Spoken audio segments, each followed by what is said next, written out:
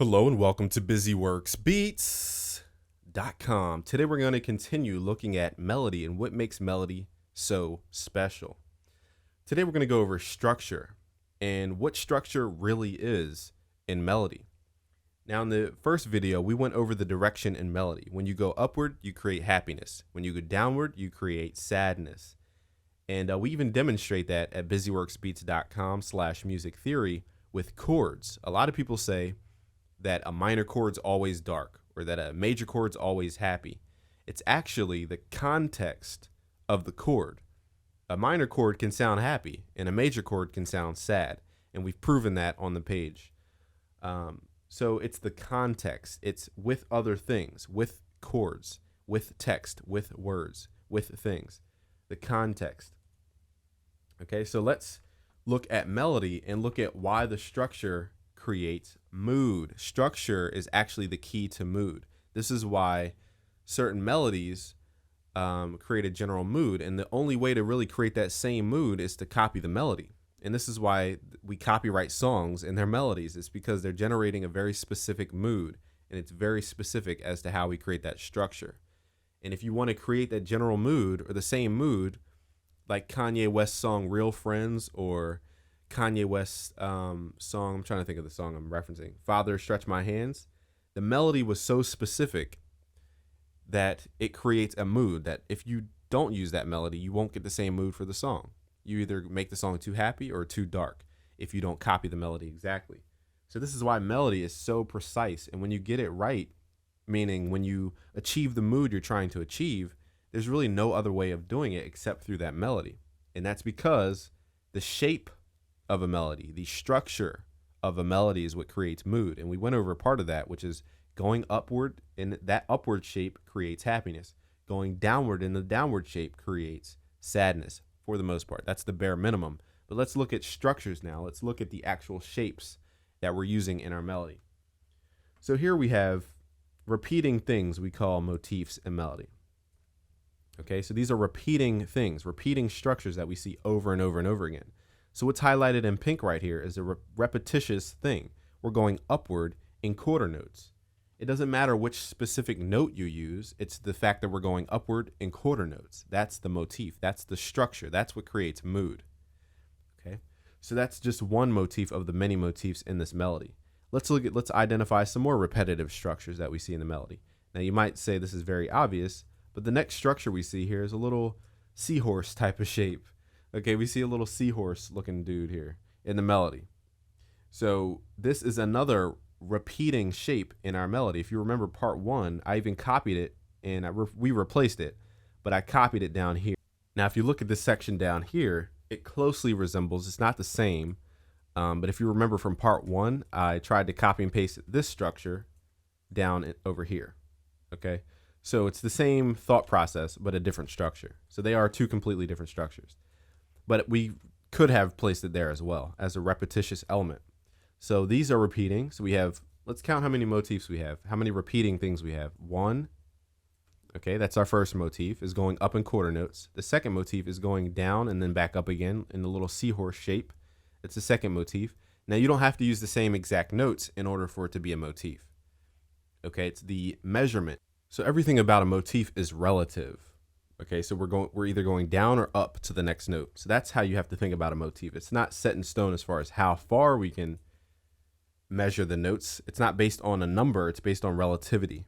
Okay, so that's a little abstract right now because we didn't define some other things for you. But again, you can learn more for free at Busyworksbeats.com/music theory. Let's continue looking at the structure here. So not only are we going upward with our general direction of melody, but we're also repeating things. In the melody structure, we're repeating motifs over and over again. And those repetitious things latch onto the ear and latch onto the mind. That's how we start to learn the melody. How do you learn how to count? You learn by repetition. Okay, and we're teaching the listener our song. You want them to memorize the song, the melody. You don't want them to forget. So that's why we introduce repetition. So we're starting to repeat things, and we've done it twice already in 4 bars. So not only are we going upward, we're repeating things twice. So now that you start to understand how melody is, and when we start to break it down, you start to see the hidden parameters in melody. There are many more hidden parameters that I'm not going over right now, but you can learn those at busyworksbeats.com/music theory. Let's look at the rest of the melody. Now, in this direction, we're going down, creating that sad emotion. Now, if you look, we have a lot more gaps in between the notes. And why is that? Because we're trying to pull down all this upward energy quickly in a downward position. Quickly in a downward position. So we're trying to take all this positive direction and positive energy and introduce enough negativeness, I know that's not a word, negativity, so that we pull it down to either be 0 or below 0, into that dark emotion we talked about. So that's why we're starting to skip notes. Okay, so you can almost think of this as a math equation. You know, we're doing +1, +1, +2, +3, +4, -1, -2, -2, you know, if you wanted to do it that way, like if you're an accountant and you love numbers, you could try doing it that way.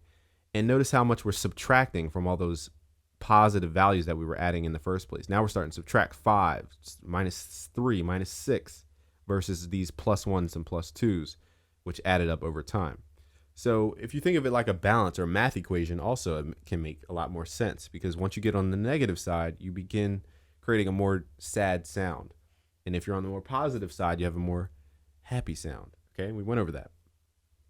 So let's look at the downward motion and see if we can find any repetitive elements here. Let's look. Again, we have 2 repetitive elements here. It's up, down, up, down. And what do we have again? Up, down, up, down. Now, these are not the same exact notes, so this is a perfect example of why melody is relative. Motif is relative. It's not always go down 2 notes, go up 1 note, go down 3 notes. Sometimes it's go down 6 notes, go up 4 notes, go down 3 notes. So it changes, but it's a relative shape. Okay? So every McDonald's French fry doesn't come out the same shape, but it's still a McDonald's French fry. Okay, so that's what we have to think about here. We're using those repetitive shapes over and over in melody. And once you start to see all these repetitions, you're going to be like, wow, repetition is a tool. Motifs are a tool to get me through writing long melodies. Okay, so that is another repeating shape.